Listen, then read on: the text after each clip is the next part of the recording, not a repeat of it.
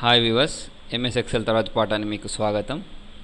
చూడండి, ఇవాళ మనం స్కేల్ టు ఫిట్ అనే గ్రూప్ గురించి తెలుసుకుందాం. ఇప్పుడు మనకి ఇక్కడ ఒక బ్లాక్ కలర్లో లైన్ కనిపిస్తుంది చూడండి. ఇక్కడ బాటంలో కూడా కనిపిస్తుంది. అంటే నాకు ఏంటంటే ఇదంతా ఒక పేజ్ అని అర్థం. దీని తర్వాత ఇదంతా వేరే పేజ్, ఇదంతా ఒక పేజ్, మళ్ళీ ఇదంతా మళ్ళీ వేరే పేజ్లో ప్రింట్ అవుతుంది. నాకేం కావాలి అంటే ఇప్పుడు చూడండి, నాకు 1 2 3 ఒక 6 నేమ్స్ ఈ పేజ్ తర్వాత మిగిలిపోయి ఉన్నాయి. ఇప్పుడు నేను దీన్ని ప్రింట్ ప్రివ్యూ చూశాను అనుకోండి. ప్రింట్ ప్రివ్యూ చూసుకున్నట్టయితే ఇదంతా ఒక పేజ్లో వస్తుంది. మళ్ళీ నెక్స్ట్ పేజ్ని క్లిక్ చేస్తే ఆ 6 నేమ్స్ వేరే పేజ్లో వస్తున్నాయి. నాకేం కావాలి అంటే ఈ 6 నేమ్స్ కూడా ఇందులోనే ప్రింట్ కావాలి, ఒక పేజ్లోనే ప్రింట్ కావాలి. మొత్తం ఈ ఉన్న 46 నెంబర్స్ అన్నీ ఒకటే పేజ్లో ప్రింట్ కావాలనుకోండి. అలాంటప్పుడు మొన్న మీకు నేను ఒక ఆప్షన్ చెప్పాను, మార్జిన్ సెట్ చేయొచ్చు అని. ఇంకొక ఆప్షన్ కూడా ఉంటుంది ఇక్కడ, స్కేల్ అని. ఇప్పుడు మీరు ఇక్కడ స్కేల్ని కొంచెం తగ్గించినట్టయితే, ఫర్ ఎగ్జాంపుల్ చూడండి, నాకు ఇక్కడ 100% ఉంది కదా, దీన్ని నేను ఫర్ ఎగ్జాంపుల్ ఒక 90% పెట్టుకున్నాను అనుకోండి. చూడండి, నాకు ఒక్క నేమ్ మాత్రం బయట మిగిలిపోయింది.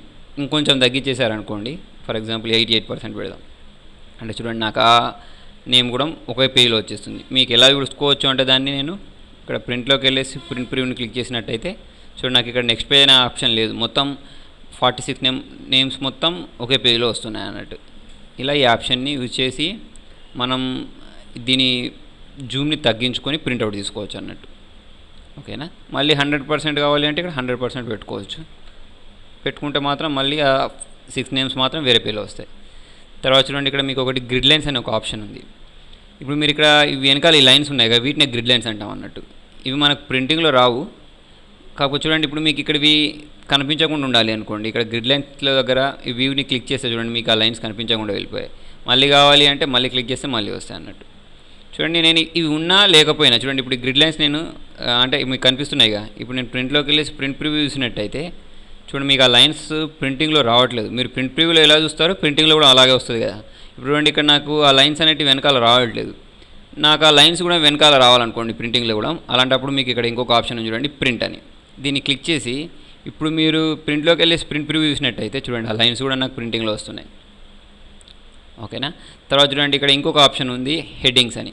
నాకు ఇక్కడ ABC 1 2 3 అని ఉన్నాయిగా, కాలం నేమ్స్, రో నేమ్స్.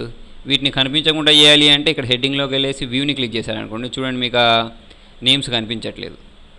మళ్ళీ అదే ఆప్షన్ని క్లిక్ చేయండి, మళ్ళీ మీకు అవి కనిపిస్తాయి.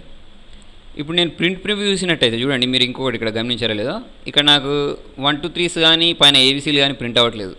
వాటిని కూడా నేను ప్రింటింగ్లో తెచ్చుకోవాలనుకోండి. అలాంటప్పుడు ఇక్కడ క్లిక్ చేయండి, ప్రింట్ని క్లిక్ చేసి ఇందులోకి వెళ్ళి ప్రింట్ ప్రివ్యూ చూసినట్టయితే మీకు కనిపిస్తుంది. చూడండి, నాకు ఇక్కడ ABC అనేవి కూడా కనిపిస్తున్నాయి, పక్కకు 1 2 3 అని కూడా కనిపిస్తున్నాయి. ఓకేనా? తర్వాత చూడండి, ఇక్కడ మీకు ఒకటి bring to front, send to back. ఈ ఆప్షన్స్ అన్నీ ఆల్రెడీ మీకు MS వర్డ్లో వచ్చాయి. కాకపోతే మళ్ళీ ఒకసారి చూడండి, ఇన్సెట్లోకి వెళ్ళేసి నేను ఒక షేప్ని తెచ్చుకున్నాను. చూడండి, ఈ బాక్స్ ఉంది కదా, ఇప్పుడు ఈ బాక్స్ నేను బ్యాక్కి పంపించాలనుకోండి. ఇక్కడ సెండ్ టు బ్యాక్ని క్లిక్ చేస్తే నాకు ఆ బాక్స్ అనేది వెనకాలకి వెళ్ళిపోతుంది. మళ్ళీ అది ఫ్రంట్లోకి తెచ్చుకోవాలి అంటే బ్రింగ్ టు ఫ్రంట్ని క్లిక్ చేస్తే మళ్ళీ ముందుకు వస్తుంది. ఇక్కడ చూడండి, ఒకటి సెలక్షన్ ప్యాన్ ఉంది. దీన్ని క్లిక్ చేస్తే మీకు ఇక్కడ ఈ సెలక్షన్ బాక్స్ వస్తుంది. అంటే మీరు దేన్ని కావాలంటే చూడండి, ఇప్పుడు నేను టెక్స్ట్ బాక్స్ 1ని సెలెక్ట్ చేస్తే చూడండి, నాకు ఆ బాక్స్ సెలెక్ట్ అయిపోయింది. రెక్టాంగిల్ 2ని సెలెక్ట్ చేస్తే ఆ బాక్స్ సెలెక్ట్ అయింది. అలా మీరు సెలెక్ట్ చేసుకోవడానికి యూజ్ చేయొచ్చు, లేకపోతే మీరు ఇక్కడ కూడా సెలెక్ట్ చేసుకోవచ్చు. కాకపోతే ఇది వేరే పేజ్లో ఉందనుకోండి, చాలా దూరం ఉందనుకోండి, వేరే ఒక 30 పేజ్లోనో 40 పేజ్లో ఉన్నప్పుడు ఆ ఆప్షన్ సెలక్షన్ ప్యాన్ అనేది మనకు యూజ్ అవుతుంది. తర్వాత చూడండి, ఇక్కడ అలైన్మెంట్ ఉంది. ఈ అలైన్మెంట్ అనే ఆప్షన్ యూజ్ చేయాలి అంటే చూడండి, ఇప్పుడు నేను దీన్ని తీసుకొచ్చుకొని షిఫ్ట్ ప్రెస్ చేసి రెండింటిని సెలెక్ట్ చేసుకున్నాను. ఈ అలైన్మెంట్లోకి వెళ్ళేసి దీన్ని మనం ఆ బాక్స్ని సెంటర్ అంటే సెంటర్లోకి, ఒకవేళ లెఫ్ట్ అంటే లెఫ్ట్లోకి, రైట్ అంటే రైట్లోకి, టాప్ అంటే అట్లా జరుపుకోవచ్చు అన్నట్టు.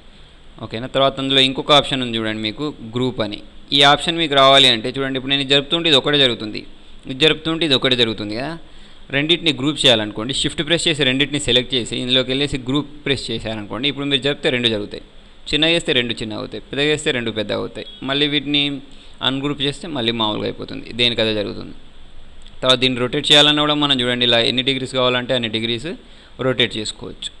మీ సలహాలను, సూచనలను నాకు కామెంట్ రూపంలో తెలియజేయండి.